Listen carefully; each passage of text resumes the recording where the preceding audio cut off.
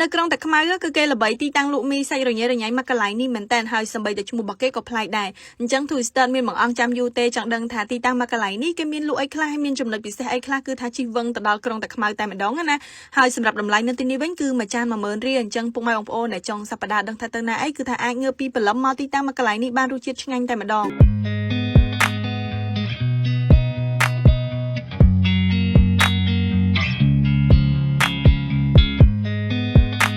សម្រាប់ទីតាំងដែល Two Sister ទៅនេះគឺស្ថិតនៅក្នុងភូមិព្រៃឫស្សីក្រុងតាខ្មៅពុកម៉ែបងប្អូនគឺថាកន្លែងគាត់ហ្នឹងគឺលក់នៅតាមជួរមាត់ព្រៃតំណងមែនតើហើយភ្ញៀវរបស់គាត់វិញគឺច្រើនមែនតើពេលដែល Two Sister ទៅនេះគឺខ្ទង់ម៉ោង 10 ព្រឹកណាគឺថារៀងស្បើយភ្ញៀវខ្លះហើយប៉ុន្តែបើសិនជាទៅខ្ទង់ម៉ោង 6 ម៉ោង 7 ព្រឹកលក្ខណៈថាញ៉ាំជាប្រភេទមីកាទៀវពេលព្រឹកអីហ្នឹងគឺមួយរបស់គាត់ច្រើនតែម្ដងហើយ Two Sister ក៏មានចម្ងល់ដែរថាមិនបានបងប្រុសដាក់ឈ្មោះហាងមីសាច់រញ៉េរញ៉ៃគឺថាឥឡូវនេះចម្ងល់ត្រូវបានស្រាយហើយសម្រាប់មីសាច់រញ៉េរញ៉ៃហ្នឹងគឺដោយសារតែបងប្រុសគាត់មានដាក់សាច់ចម្រុះចូលគ្នាលាយចូលគ្នាច្រើននៅក្នុងនឹងអញ្ចឹងណាអញ្ចឹងបានដាក់ឈ្មោះថាមីសាច់រញ៉េរញ៉ៃនឹងនិយាយទៅគឺប្លែកមួយយ៉ាងដែរប៉ុន្តែរសជាតិឆ្ងាញ់ហ្នឹងសម្រាប់មាត់ Two Sister ណាប៉ុន្តែបើសិនជាពុកម៉ែបងប្អូនបានតែញ៉ាំហើយទទួលបានរសជាតិបែបណាអីជួយ comment នៅខាងក្រោមវីដេអូនេះប្រាប់ Two Sister ផងហើយសម្រាប់តម្លៃវិញគឺសមរម្យមួយចាន 10000 រៀលនិយាយទៅបើសម្រាប់អ្នកដែលញ៉ាំតិចអីគឺញ៉ាំអត់អស់ទេព្រោះដោយសារតែចានគឺធំល្អ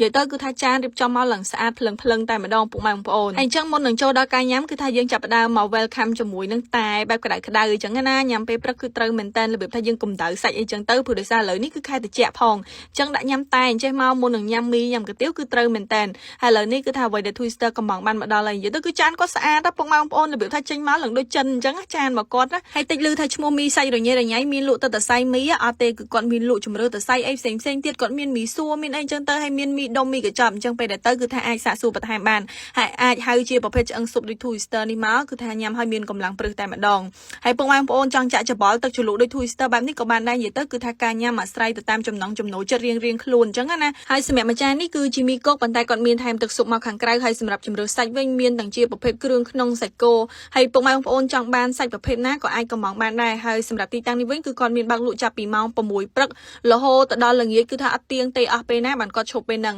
អញ្ចឹងសម្រាប់វីដេអូរបស់ Twister ថ្ងៃនេះគឺមានតែប៉ុណ្្នឹងទេសម្រាប់ពុកម៉ែបងប្អូនដែលរបៀបថាតនេចុងសប្តាហ៍ឬមួយក៏ថ្ងៃធម្មតាជាពិសេសគឺពុកម៉ែបងប្អូននៅខាងក្រុងតាខ្មៅរបៀបថាពេលព្រឹកអត់ដឹងញ៉ាំអីហាក់ដឹងថាទៅណាអីគឺអាចមកទីតាំងមកកន្លែងនេះបានហើយពុកម៉ែបងប្អូនយើងនៅខាងក្រុងតាខ្មៅគឺស្គាល់ភាគច្រើនតែម្ដងអញ្ចឹងកុំភ្លេចទៅញ៉ាំទាំងអស់គ្នាបាយ